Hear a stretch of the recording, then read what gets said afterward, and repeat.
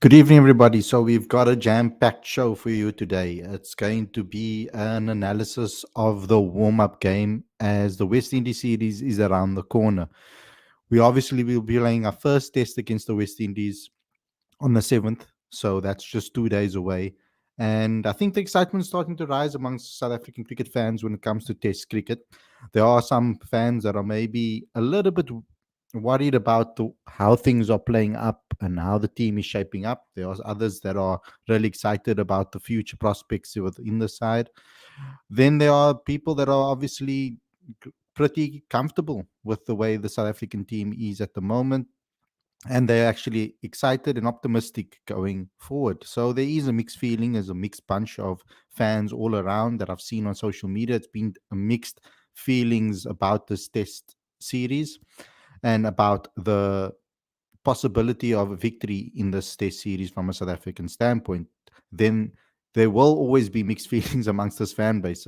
That's something that I've obviously come to realize when I've since I've been covering the Proteas and what they've been doing. So that's kind of normal, but I do want to get some thoughts about the warm up game and just think about what that warm up game has actually revealed to us as fans. You can't read too much into warm-up games, into pre-season games, etc.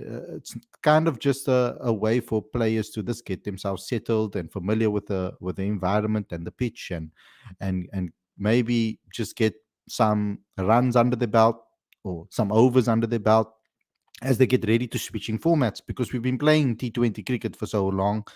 As long as I can remember right now, T20 cricket has been the main focus from the over the last couple of months. So it's nice to have a switch and have some test cricket, red ball cricket. So it's good to have a warm-up game, competitive warm-up game that can get the juices flowing, that can open up your mind to a new format again, and for players to get it some chances out of the middle. So we're going to dissect this warm-up game. We're going to go through the results.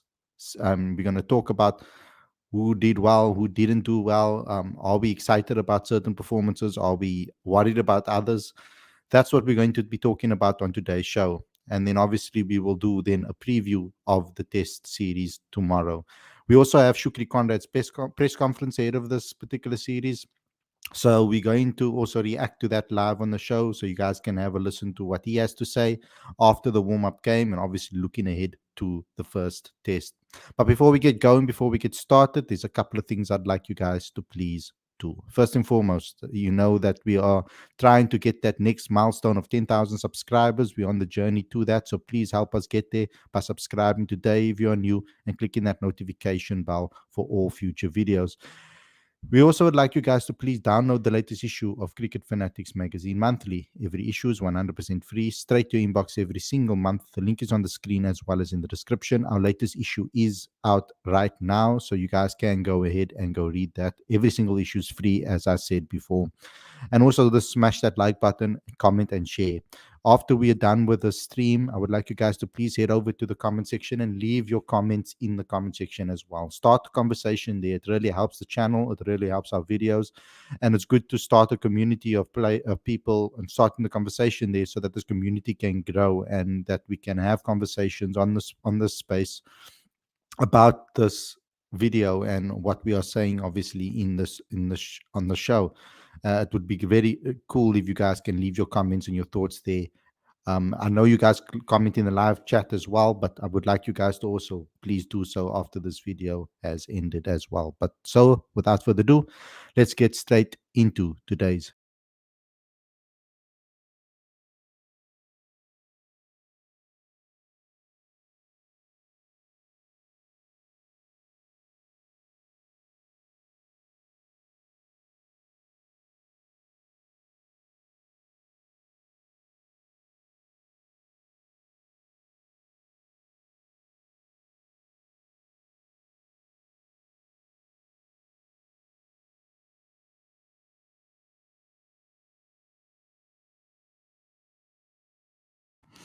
Good evening, everybody, and welcome to Cricket Fanatics Magazine. This is your live cricket show. I'm your host, Khalid Moeddin, and this is the show where we talk about everything that has to do with the warm up between South Africa and the West Indies Championship 11. So, on today's show, I'm obviously going to go over what took place in this warm up. And that's a great place for us to start because this is the first time we got to see our players in action after a long, long time away from red ball cricket. So, as you know, the match was drawn between South Africa and the West Indies Championship 11. It was at the Brian Lara Cricket Academy in Tarouba in the West Indies. And we know from the scorecard, as we can see on the screen right now, I'm going to go through it with you, that the West Indies batted first in this match. And it did seem like we got a very good start to the game. Uh, that was the main thing from a South African standpoint that really stood out when South Africa took three quick wickets. I mean, the West Indies were down 34 for three and then 85 for four at one point in this match. And that was largely due to a brilliant spell from Kagiso Rabada. Rabada bowled beautifully. He took out Chandra Paul over there, as you can see, and he also took out Carty as well, and he also did a great job with Wickham, and he was the main reason why West Indies found themselves a little bit toiling, you could say, at 34 for three. And then we also had um,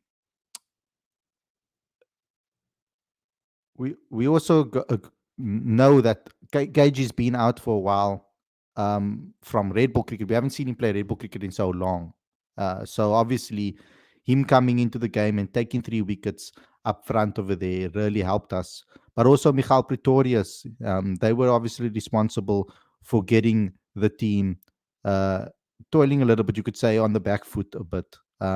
With those two bowlers, they were probably the main seamers, you could say, that were quite dangerous when it comes to the South African standpoint, and that's what held them back a bit.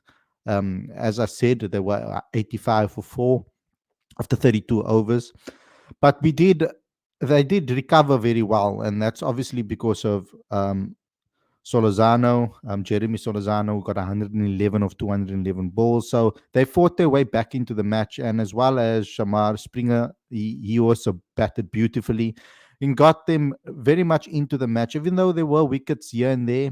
I mean, we know that Jangu he was dismissed by Pitt.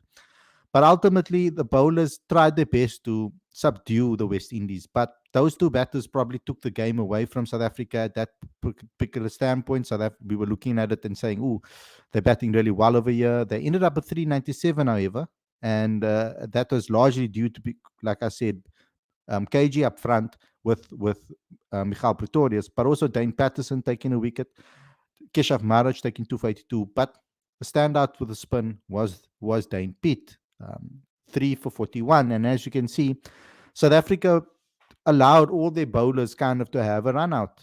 It's a warm up game, so the starting 11 wasn't necessarily the team that played the entire game completely. We had some players get an opportunity that weren't in the starting 11, and they did well, and they took some wickets over there. So it's good to see that the bowlers got a run out. Now, they didn't, you could say the likes of Lungi and Giri, for example, didn't have the greatest warm up game, but it's good to see him fit. He got 0 for 56, though, in 14 overs, which is a very decent return, economical return, of course. But not the best bowler on the day, you would say. I mean, Andre Berger also similarly. He was better than Ngidi with 16 overs bowled, 0 for 50, 3.13 economy rate. But ultimately, the bowlers toiled away. They didn't have a magnificent recovery after, or they didn't have a magnificent run after those wickets were taken. They kind of stalled a little bit and allowed the game to kind of run away from them. But at the end over there, of course, um, the spinners really did well to knock over the West Indies, particularly taking out Shamar Springer with Dane Pitt. He bowled really well to do that, and kind of turned the game around in South Africa's favor towards the end of this innings, because they were at one point they were 237 for five, and then the sixth wicket fell, And then they kicked on again. They were 344, and then for 7. And then that's when the wickets started to kind of tumble after that. And that's largely because of Keshav Maharaj as well as Dane Peat. So a good performance from the spinners at least. At least we're seeing Dane Peat getting some action over there and taking some wickets. And it was overall, in the end, quite a decent performance. 397 all out is not too bad from a South African standpoint. Then it was the South Africans' turn to bat. This game obviously went over majority of the days. I mean, most of the days were played, but it kind of was ending up in a draw, so they kind of just called it at the end in the West Indies' second innings. They kind of just called it as it was heading towards a draw. But from a South African standpoint, I was pretty chuffed with with majority of the batting performances. Aiden Markram scored 82 and he retired not out, hurt apparently, according to this particular scorecard. So I'm waiting to see if there's any update from Shukri in the press conference. We'll have a listen to that a little bit later to see if he mentioned anything. Tony DeZorzi had a difficult time. Tristan Stubbs had a difficult time to get themselves going. Tony got a beautiful delivery to knock him over. Tristan Stubbs never really got himself settled. I thought that when he hit that first four that we that we would maybe see something special from him and that he would kick on after that.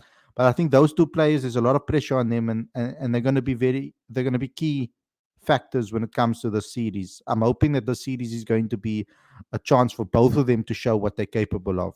They're both newish guys to the team. Tristan newer than Tony, of course. And I'm hoping that they can start to find their feet in this format for South Africa and show what they really can do. It's really good to see Aiden get a good run out. Temba Bavuma got a 51, retired out. David Bedingham got 74, he retired out. Ryan Rickleton did brilliantly. I really enjoyed his innings. It was a nice blend between attack and defense for him. I think he managed his innings very well, and I'm hoping that this can be the case in an actual counted match, because this is a red ball match, isn't counted from a first class perspective. So I'm hoping that he can do the same if he gets an opportunity in the test side. But he got 80 of 121 balls, which is pretty decent. Calvin Rayner did well as well. He got 65 of 103 and retired out. And then the rest of the batters, they just kind of hung around there. They didn't really do much. I mean, I was hoping for more from Matthew Bretsky, of course. He got an opportunity to bat, even though he wasn't in the starting 11. So it was really about giving everybody opportunities. And South Africa ended up with 408. They say for 8 of a year, because those players retired out according to the scorecard. Ultimately, only two, three, 4 wickets fell. So actually fell without us giving the wicket or retiring. So that's ultimately what the score was. And then the West Indies went out to bat again um, in their second innings before the game was called a draw. And Dane Peat again, and this time Ngidi stepped in, and he did really well to knock over the number 2, 3, and 4 for the West Indies. So he got himself into the wickets tally as well, getting his flow going. So overall, I think it's a pretty decent showing. It's good to see the run out over there from this team, and they got themselves going, and that they got themselves into a rhythm. I can have high hopes for this team now going into this to this test match. I'm feeling pretty confident that this team has what it takes to be able to beat the West Indies.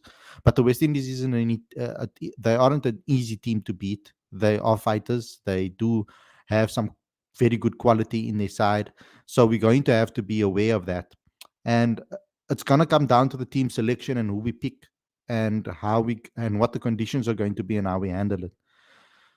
It's really awesome to see that majority of our batters got into a good space and into some good form heading into this particular first test. It's always good to get a good knock under your belt going into a series for your confidence. And I think that particularly in red ball cricket, it's always good to know that you're hitting the ball well, that you're reading the conditions okay, and that you are feeling good with yourself in the middle. It's going to be tough for Tony because he's going to have to now get himself into that confidence. He didn't have an opportunity to show, to get that time in the middle as he'd hoped for. And the same for Tristan Stubbs. They're both top order batters. So it's unfortunate that we didn't have all our top order batters get some long spells in the middle and some long time in the middle, because that's what you would hope for from your batters going into a big test series. But I have belief in both of them. I know their talent. I know their ability. I've been watching the both players play for a very long time, so they are very good players. So I'm hoping that this will be an opportunity for them to show what they can do to the rest of South Africa that maybe don't know much about them. Um, so I'm hoping that we can go in and be dominant in this series. I want to see some ruthless cricket, smart cricket being played from a South African standpoint. That's what I'd expect from this team. I think they have the talent and the ability to do so, despite having some newbies in the side, etc. I think that they have the quality and they have the ability to be able to be a dominant team against the West Indies. And the West Indies aren't a joke, so we shouldn't underestimate them either. We know that we need to come with our A game, and that's how we can go ahead and beat this team. It's also good to see with the spin that Dane Pitt is taking wickets and is in a good mindset, because there were some doubters with regards to his selection in this team. And I feel that in New Zealand, he was brilliant. And now he looks like he's keeping that form going with the way he played in this warm up game. So there's a confidence in him. And I hope that obviously carries over into the test match, because it's very likely that we could see two spinners being played in this particular test match. I hope that the weather's good for this matches, and that we don't get too many interruptions with regards to that, because we only get two tests, and you don't want to see that getting uh, being interrupted with something that is out of our control, like rain. So that's ultimately my thoughts on that warm up game. I feel that we shouldn't read into it too much. At least the players got some time in the middle and some game time, but we shouldn't read into it too much and say, no, these players, they all hit half centuries now, and they should automatically just be great in the next game. That isn't always the case. So we need to analyze the games separately and not tie them into one. We need to obviously analyze the test kind of separately to this. So I'm hoping that we're going to see a good showing from the Proteas, and particularly from this unit. Um, it's going to be exciting to see some of these players or majority of these players on display. So overall, I'm feeling confident, but I'm optimistic. I'm cautiously confident, because I'm trying to protect myself from any, from any heartbreak with regard. It won't be a heartbreak necessarily, but I mean from any disappointment, I would say, from this particular match if South Africa don't end up winning it. But overall, that's what happened in the warm up match. We've got some comments here from Lawrence that he put in before the show started, so I'm just going to read them out for you guys. He says that one, we lack the pace. Barn under, we don't really have a raw pacing option to open up an end like a Nokia did for us in the past. I'm concerned with Stubbs at 3, and it showed with how he got out. 7 batters suits us a lot more and gives us a much better batting balance. A middle order of Bedingham, Ricks, and Kyle can be so dangerous, as they are all attacking, but in different ways, as we saw. We also saw that our spin will come into play on these pitches. So we do really need 4 out and out seamers. I don't think so. 3 seamers plus Maharaj and Markram is a good enough balance, in my opinion. He says, my main concern from a seamers bowling front is how we will go about things. If KG is slightly off color and he doesn't pick up a lot of wickets, other needs to step up. We can't leave everything to KG and Kesh. Huge series for Ngidi coming up. A lot of eyes will be on him. He's been out of favor since Shukri got appointed coach. So this would be the perfect opportunity for him to showcase his brilliance. Ricks also showed why a majority of people want him in the Test 11. He bats with a lot of confidence, and at the moment, in my opinion, we need to take advantage of that by picking him, pick a player at the right time. If we're being totally honest with ourselves, SA should be winning the series 2-0, weather permitted, of course. We have much more experience and much better squad than the West Indies. So that's Lawrence's thoughts. Let's listen to what the coach had to say, because I think that's going to be important. Where's his head at? How's he feeling about this particular game? We're going to react to this press conference right now and see what Coach Shukri had to say.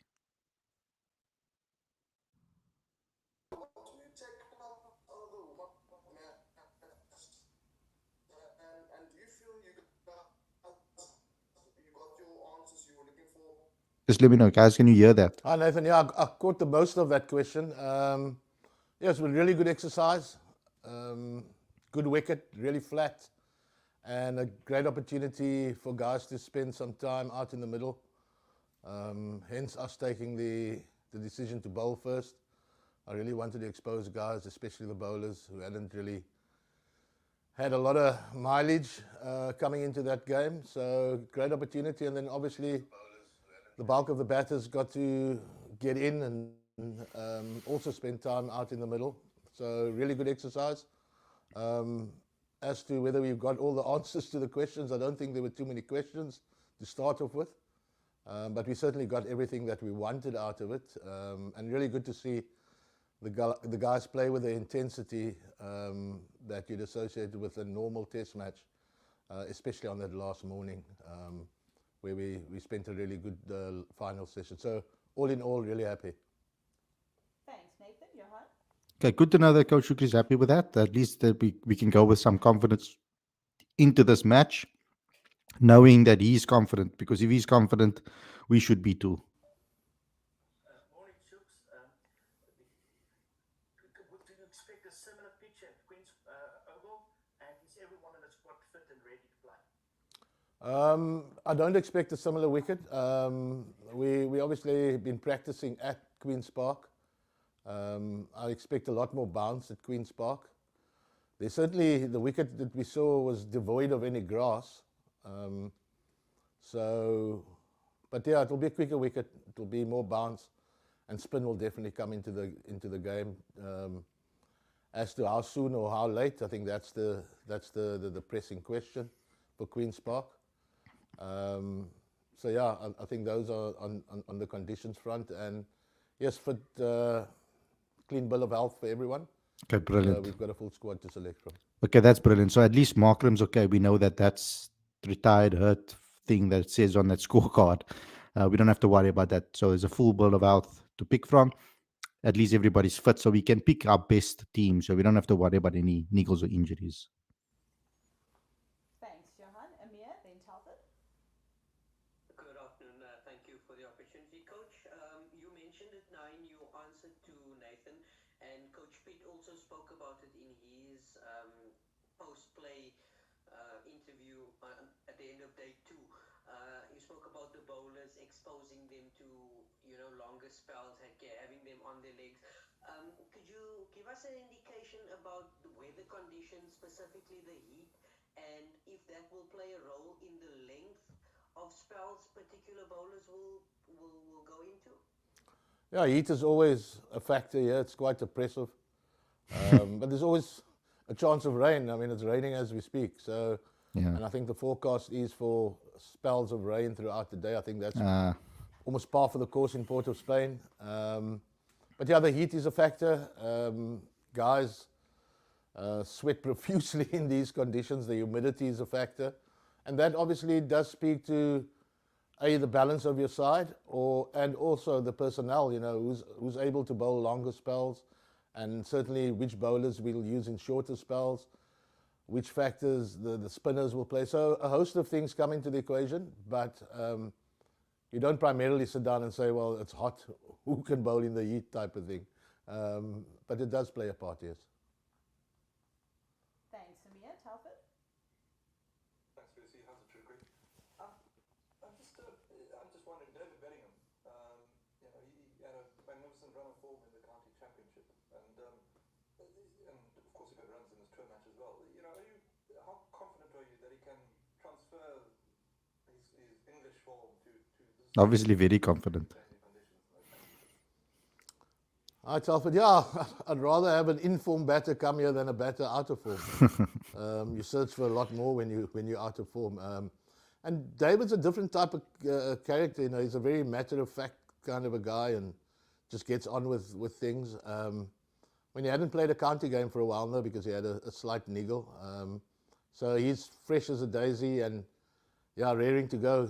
Looks in really good nick, and so do most of our batters. In fact, all of our batters.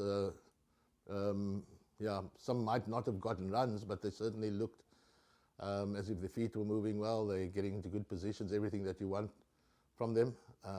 But yeah, David, long may his form continue, you know. And like I said, he's the type of character that just gets on with it. I don't think he's any different whether he comes with a couple of hundreds or whether he comes with a couple of low scores. So he'll just get on and do his thing. Yes, he's become such a crucial player, David Bedingham, for us now. Like the way he's performed for South Africa ever since he's made his debut in the Test side. He's going to be a crucial player for South Africa for many years to come. So I'm hoping that he can continue that. Coach Shuki is obviously spot on. He knows the player very well, but I'm going to talk from my personal experience. He is the type of player that doesn't allow things to necessarily phase him. He goes out there and he's having fun in the middle. He's enjoying his cricket now. I think that move to England really brought him out of his shell. It took a lot of pressure off him, I feel, because he believes in his ability 100%. So he just goes out there and does the best that he can on the day. And he's a brilliant batter, and we're starting to see that for South Africa. And it was a really, really great move by Coach Shukri to bring David Bedingham into the mix. A lot of people thought that he should have been selected a couple of years ago already. But Coach Shukri showing a lot of confidence in him by making him a very integral part of that batting 11 and putting a lot of confidence in him. We saw what he did in New Zealand as well. So I'm really confident in his ability as well. So it's great to see. Great to see. It's great to have a batter like that. Thanks, Telford. For those then, Neil. As a Shix, can I just ask you about Tristan Stubbs? I mean, you've spoken about having the confidence to bat him at 3. Is your thinking that now he will bat in that position for the rest of this WTC cycle? And like, what does he need to do to keep the place and to do well in the role? Are there like specific tasks you've given him, or just how do you see him maturing into the spot? Yeah, I think that's the question on most people's lips now. Anna. Yep. I don't know if the question had been asked if he'd gotten runs in the warm-up game, but Tristan's going to be backed, like I said from the start, and he's going to be given a good run in that position. I think his psyche, his technique speaks to someone who will do that job really well, and I'm going to give him a good run, and whether that is all of the matches, I'd be surprised if we didn't back him throughout the rest of the cycle. So yeah, I'm pretty confident. I'm very confident that Tristan is going to come good, whether it's in the first Test match or the second. But I think we've got a good one for the future of South African cricket. So that is putting all his cards in, or all his eggs in one basket over there. He's been very, very, very open with us, Coach Shukri, over there about that he's going to back Tristan Stubbs and he's going to give him as many games as possible throughout the WTC. And I'm starting to think that we needed a coach that would back certain younger players like this. If it was a more experienced guy that was still trying to find his feet, I would have had a different opinion about it. But because of Tristan Stubbs' inexperience and his age, I do feel that you can back a youngster.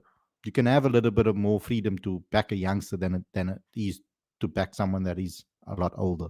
So I'm interested to see how this turns out, because we know that Tristan has the talent. We know that he has the ability. It's now just up to him on whether he can basically take that ability and talent and show us that in the Test level. That's all we're going to have to see. Thanks, Rose. I see your hand has gone back up, so I just wanted to check if you wanted to follow up before I move to Neil. If possible, yes. Yes, yeah, please go ahead. Sorry, Shux, no, I wasn't actually referring to the warm-up game. I just mean from an overall perspective, like, when you say to someone, look, you're going to be the next number three for X amount of time, like, what kinds of things do they have to do, or what kinds of things have they showed you that suggests, this is the guy to do the job? I think technically, technique is obviously a big factor because you're going to be facing the new ball the bulk of the time. And it might not be exposed in conditions such as the subcontinent, but you've got to have a really good technique, especially back home. So, yeah, I know Tristan ticks all of those boxes. He's also got he's quite an imposing character, big, strong boy, strapping boy, and I quite like that. I like the fact that at the top of the order I want quite imposing guys that have got a good aura about them, strong body language, and again he ticks all of those boxes. But ultimately, the proof's going to be in the tasting. But yeah, I'm going down this road, and I'm confident we're going to reap the rewards. What he must do for those, like the messaging is quite simple. We do who we are. And I know it's become quite cliche now, being the best version of yourself, but whatever that identity is, you couple that with the conditions that you're confronting, and then marry that with what the skills the opposition bring. But ultimately, you still operate with your own identity in mind, and that's the only messaging I've given Tristan and the rest of the batters. Thanks for those. Neil? Clear? Pretty clear, guys. Right, folks. With both venues historically being two spinner venues, I wondered what your thoughts were on Aidan's off-spin at test level. Obviously, he does a great job in the one-day game. But if you decided not to go with Keshav and Dane Pete, how do you feel about other guys contributing some spin? I don't know, maybe even Stubbsy. Yeah, look, it's obviously things we've spoken about. The balance of the side's going to be important. Like I said right at the kick-off, Manners, it's going to spin. We know it's going to spin. Everything that screams out. You look at the squad the West Indies have put together. Not that we focus too much on that, but yeah, everything tells us it's going to spin. The question is how early or how late in the game it's going to spin. So yeah, those are some of the considerations. And if it spins as much as we think it potentially could later on in the game, then yes, Aidan can be effective. Whether he becomes a match winner, I'm not sure, but he can become very effective, and it's the same as someone like Stubbo that you mentioned. So yeah, that's going to be the real trick here, Neil, is balancing that attack of ours, whether it's two first choice spinners or whether we feel someone like Aidan can do a good enough job as the second spinner, how many batters we play, and obviously the amount of seamers. That's going to be the big question for everybody, because does he go with Vian Mulder as a batting bowler option and then pick two spinners? Or does he go with Ryan Rickleton and then trust Aiden Markram spin and then Keshav Maharaj there at 8? And then your three seamers? Or does he take a massive risk and play the 7 batters and still pick two spinners and then two seamers? So that will be very brave to do it that way. But it's going to be very interesting to see how we're going to line up and how we're going to which players we're going to pick. I mean, Michael Pretorius is someone that can bat as well, and he has the pace that we're looking for. So that could also be another option in the mix. But I think you'd probably go with Nandre, KG, and Lungi as his three seamers if he's going to select the three seamers only, and one spinner in Keshav Maharaj. It's how is he going to fit Dane Pitt in there, if he's going to play the extra batter, or he's going to play how he's going to be able to maneuver that around is going to be very interesting to see. So the team selection is going to play a massive role in this, and we're going to have to obviously wait on the morning of the test match to to see what Coach Shukri will do with regards to that, because balance is important in a squad, in a side, and in an 11 going into a massive test like this. Thanks, Neil. We're going to look to take the last couple of questions now. So starting with Mark. Good morning. I wanted to ask you, the West Indies were singing quite a positive tune after that English series under Colley in his post-match presser and the captain. But do you think there were any positives for them in that series? I mean, they did get a bit of a thrashing. I think the positives would be that they've got 3 tough test matches under the belt, and they come into this series at home where they're different beasts. They play really well in the West Indies. Yep. So I think they'll take a lot of confidence from the fact that possibly in that second test match at Trent Bridge, where they batted particularly well in the first innings, they were in that match for long periods of time. So I think they'll draw confidence from some of that. One of the top order batters got 100. And you know what it's like with coaches. We've got to find the silver lining, and we take the positives out of it. So, but I think the biggest thing for them is that they would have had a couple of runs under their belt, and we come in a bit on the fresh side. But yeah, maybe best when fresh for us, eh? Yeah, that's the one thing that I'm worried about, though. That West Indies had a test match under the test series under their belt, a competitive one. So they come into this test series with a little bit more game time or match fitness behind them when it comes to test cricket than us. So we're going to have to hope that our freshness actually is an advantage in this particular test match. We're going to go Artie. Thanks, Lucy. Hi, Coach. I hope you're well. Coach, generally, just how has the sort of the mood been around the team? You guys haven't been together for some time. And how is the excitement to play netball cricket again? And sort of what are those goals you want to see from this series heading to the second test, and also again, the upcoming test that you'll be playing during this certain period?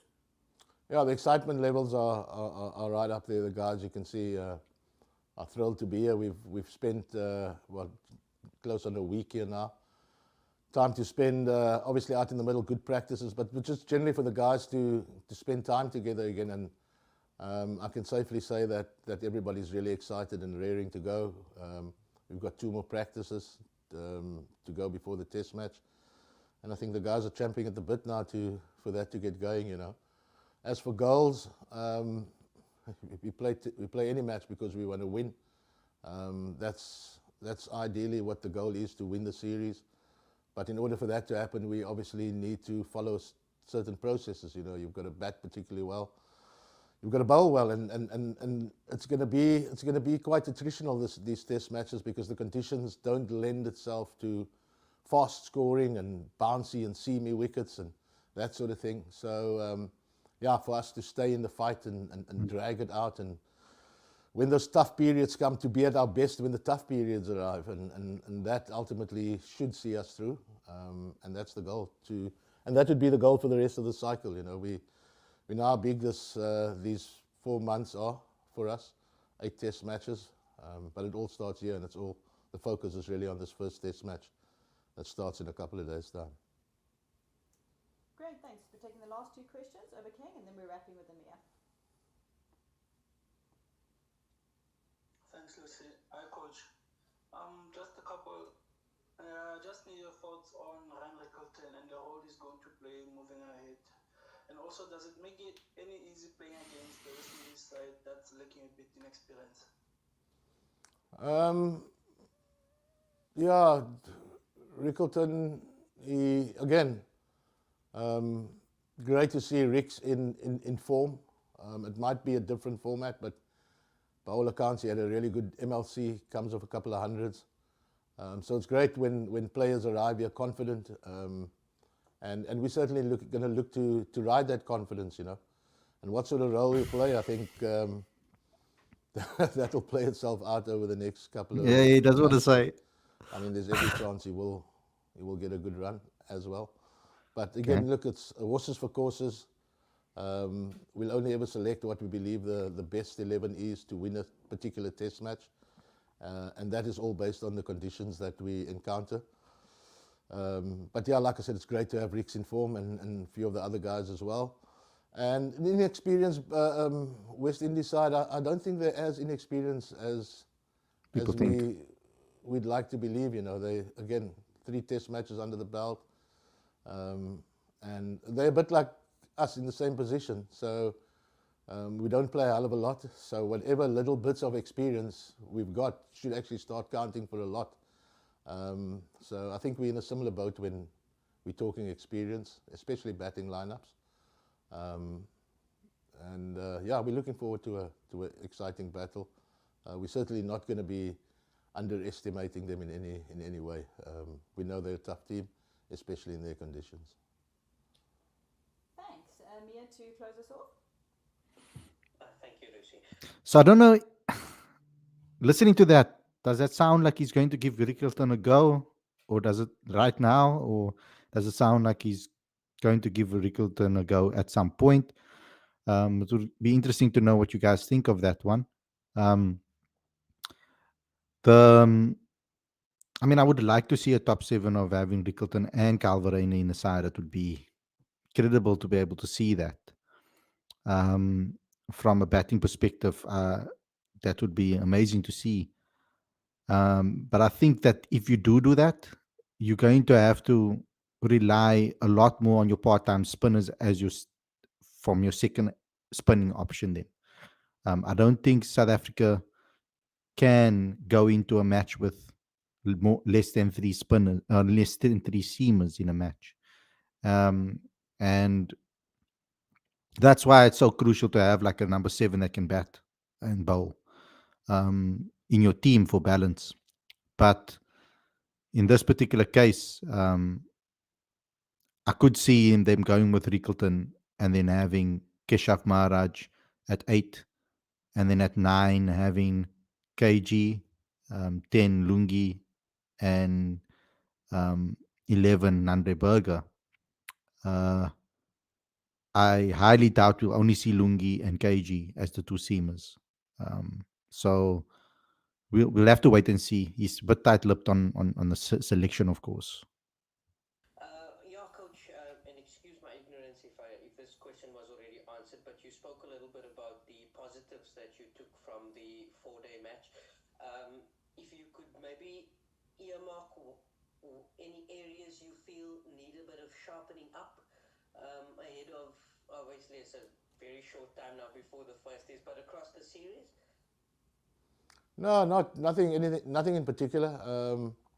We know the caliber of players we got at our disposal. It's really just for them to find that ideal prep and then believe that whatever we've done is enough, you know, and not enough, but we're certainly not going to be having any excuses with regards to our prep or our lack of playing time, etc., etc. You've got to believe that what you've done is more than adequate. And yeah, we believe in our skill sets. We know that we're a quality test side, and runs on the board is going to be critical, guys, to bat periods of time, and then putting spells together. I mean, those are the basics really of Test match cricket, and I think against the West Indies in these conditions, that's going to be the real thing, being able to perform those basics for extended periods of time and to be ultra disciplined in everything we do. That's exactly what I wanted to hear at the end there, and that's what I spoke about before on previous shows. We need to be disciplined with our basics for extended period of times. That's exactly how I would like to sum it up. That's actually the perfect way to end the show, because that's something I feel South Africa lacks. The ability that has been lacking for a while is the ability to be able to just do the basics correctly for long extended periods of time. So I'm glad that Coach Shukri said that. Let me just get a couple of last minute comments over here. Sam says today's SA announced Imran Khan is permanent batting coach for Test. Why not technically sound batting coach? He's a technically sound batting coach. I mean, he's the coach of the Dolphins. He's a first class cricket coach in South Africa, so he is technically astute. When it comes to Imran Khan, I already mentioned this already, that he was going to come on this tour as the coach. So that was something that I've already mentioned previously on a previous show. Sam, I think Shukri will come with 7 batters and 4 bowlers for first test. Ryan will be there because in last day warm up, Rickleton was in the slips. Sam also says SA should go with 7 for option, and Aiden Stubbs will be handy spinners as well for second test. They will be more useful as well, says Sam. Sam also says, Harley, is there any chance SA will call Lewis Deploy to play for SA because this guy is also brilliant in all formats? If he becomes SA benefits like Bedingham did. From what I know, and this is mainly based off what I saw from a SA20 perspective, he was down on the list as an England player. So I think that he might have qualified to play for England now. So I don't think we will get Lewis Deploy back. I don't think that will happen. Um, Let me see what Dex says. We need to take on spin. Yeah, and I think we're quite comfortable. I think we have the batters for that. Lawrence says, I think Rickleton and Kyle would complement each other really well and at 6 and 7. Left right combination as well, which can be an advantage. West Indies will bombard us with a lot of spin, and that could be Achilles heel for us. Hence, I will play the 7 batters. I don't think it will be as much as an Achilles heel as it was for us in the past. I think we've got a lot of good players against spin. I think Tristan's very comfortable against spin. Aiden Markham is, Temba Bavuma is. Maybe a little worry, maybe there with Cal. But I think Cal will do all right against spin. He seems to do quite well to fine against spin at domestic level. So I'm hoping that he can obviously move that up. Based on which performance Lungi is in the team, I mean, Lungi's been a very capable batter for us in Test cricket. His record speaks for itself when it comes to Test cricket. He's just been injured a lot, and that's been a problem from a South African standpoint. Um, from a test match perspective, his stats are good. I don't understand what people have against him when it comes to Test cricket. He's played 18 matches. He has 54 wickets. He has an economy of 3.11.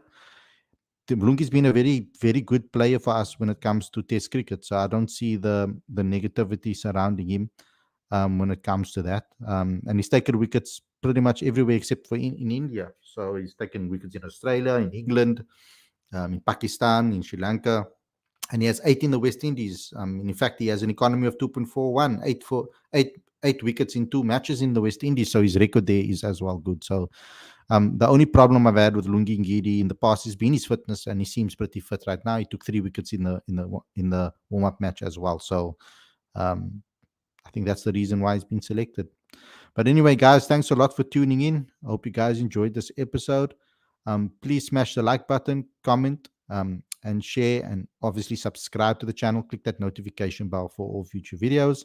I hope you enjoyed this episode. Don't forget to comment in the comment section after we have ended the stream. It would really help us out a lot if you guys can do so to start conversations there as well. I'd ask all of you guys to please do so. Thanks a lot for tuning in. I hope you guys enjoyed this episode, and I'll see you again with a preview show. Keep an eye out. Click that notification bell to be notified when we go live. Stay safe. Enjoy the rest of your evening, and I'll see you guys very, very soon. Peace.